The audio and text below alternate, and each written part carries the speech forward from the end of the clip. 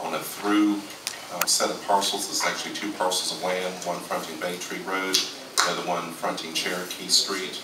As you see in your packet, there's a copy of the zoning map and also what we have on the screen here. The front half of the property facing Bay Tree is zoned community commercial. The back half of the property is zoned R10, which is single-family residential. The applicant is seeking plan development approval. This is a new thing in the city development regulations. You may recall a few months ago where we added a special chapter that included plan development. It is not a zoning change. It is best thought of like a conditional use that floats through the city. So there's no change to the zoning map that's being considered. This is simply approval of a development plan for this property. This is kind of an unusual case because it totals just under 1 acre of land, 0.94 acres. They're looking at doing essentially a multi-family housing complex, but in this case it's a mixture of housing types. If they had 1 acre of land, they would be eligible for a regular apartment complex. But instead, since they're less than 1 acre, they're doing something a little more creative. In effect, they are downzoning the front half of the property, in essence, from community commercial to that of a residential development. And the R10, they're increasing the density that's allowed there. So it's sort of a balancing of the two zonings that allow development on the property. In your packet, you have the character area map of the future development map of the comprehensive plan. And just like the zonings tend to indicate, the front half is neighborhood activity center. That's the more intensive development pattern along Bay Tree Road. And the back half is what we call transitional neighborhood.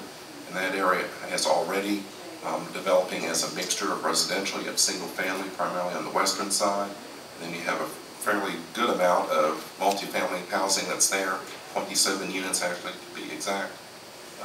And then you have the aerial map from a few years ago, and you see where some of those multifamily housing projects have been going on. Subject property, the lot that's facing Bay Tree is currently vacant, and the lot facing Cherokee has an empty house that's sitting there that the applicant owns, and then you have some housing development nearby. The applicant is here. They have copies of a revised site plan. We talked about this at length at the work session. I handed out a revised cover page which has a new set of conditions. Let me run through those briefly.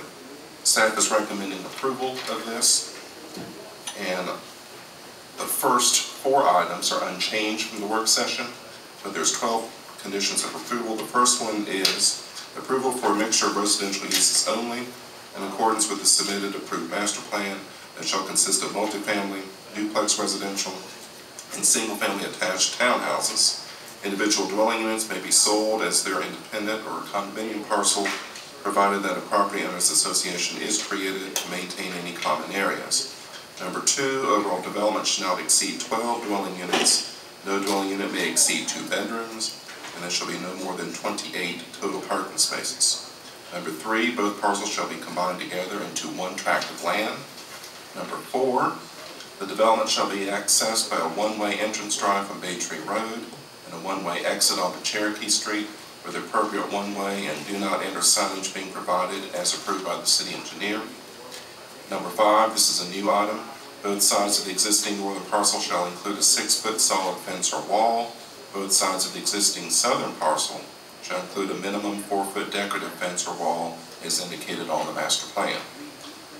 Number 6, this is the former number 5. All existing vegetation shall be preserved and maintained along both sides of the existing northern parcel. All existing mature trees as indicated on the master plan shall be preserved. Number 7, frontage along Bay Tree Road shall consist of a minimum 10-foot wide landscaped street yard with trees and shrubs between the existing sidewalk and the proposed decorative wall.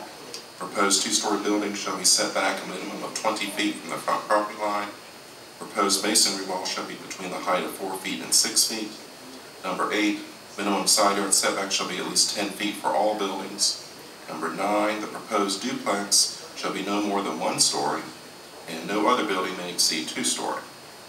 Number 10, other than incidental signs or 1 temporary banner, signage for the development shall consist of 1 freestanding sign along Bay Tree Road, not to exceed 50 square feet in area, a maximum height of 12 feet.